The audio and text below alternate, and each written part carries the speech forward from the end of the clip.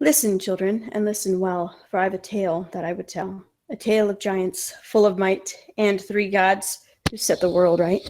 This tale of old, a tale of the earth, of its creation, its very birth. So hear me now, and hear me well. Creation myths are a story about how the world around us came to be. Many different people from all over the world for a very long time have attempted to tell the story of how the world came to be. Here is what some of them, living long ago in the very north of the world, may have believed. Long before the world was, there was nothing. No air, no earth, no green grass or trees, no cats or dogs or anyone at all. It was dark and cold and quiet. This was called the Gnunga Gap.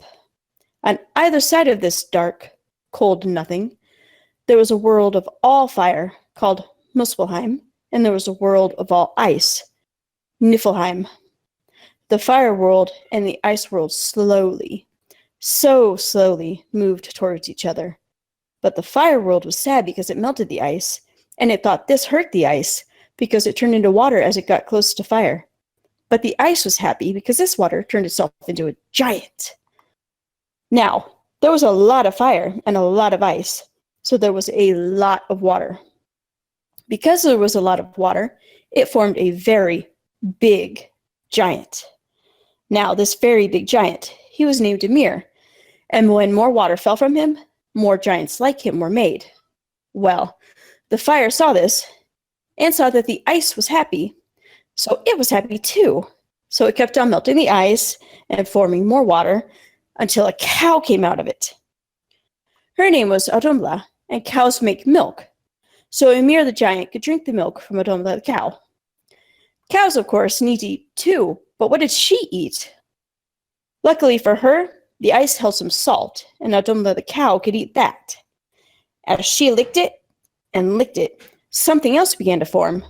A person. Not just any person, though. His name was Buri, and he was an Aesir, a god.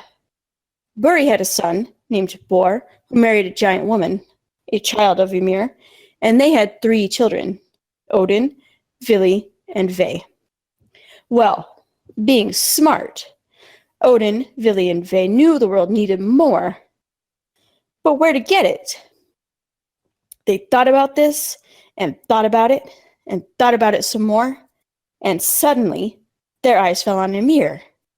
Surely he was big enough to create worlds from. And so they did. They took Ymir's blood, and they made the oceans. His body became the earth. His bones became the mountains. They even made his teeth into rocks. Ymir's hair became the green, growing things, and he was so big, even his thoughts became clouds. His head became the sky itself. Now, all of this became Asgard, the home of the gods. But his eyelashes became the world we live on. Now, all this creating took time and took energy, and so Odin, Vili, and Ve decided to enjoy the worlds they had created. As they were wandering our world, called Midgard, they found 2 trees which had fallen over. They turned one of these trees into a boy and another into a girl. The boy they named Ask, which means ash tree, and the girl they named Embla, which means elm tree. But what about the sun and the moon, you may ask? Well, Ask and Embla had children, and one of their children's children had children so beautiful, they named their boy Moon, Mani they call it, and their girl Sun, or Soul as they call it. The gods saw this, and they were not happy. They thought it was just too much.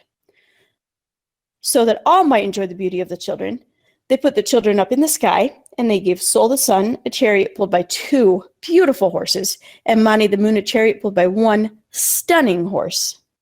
The gods gave these children a special task, too, which was to light the world.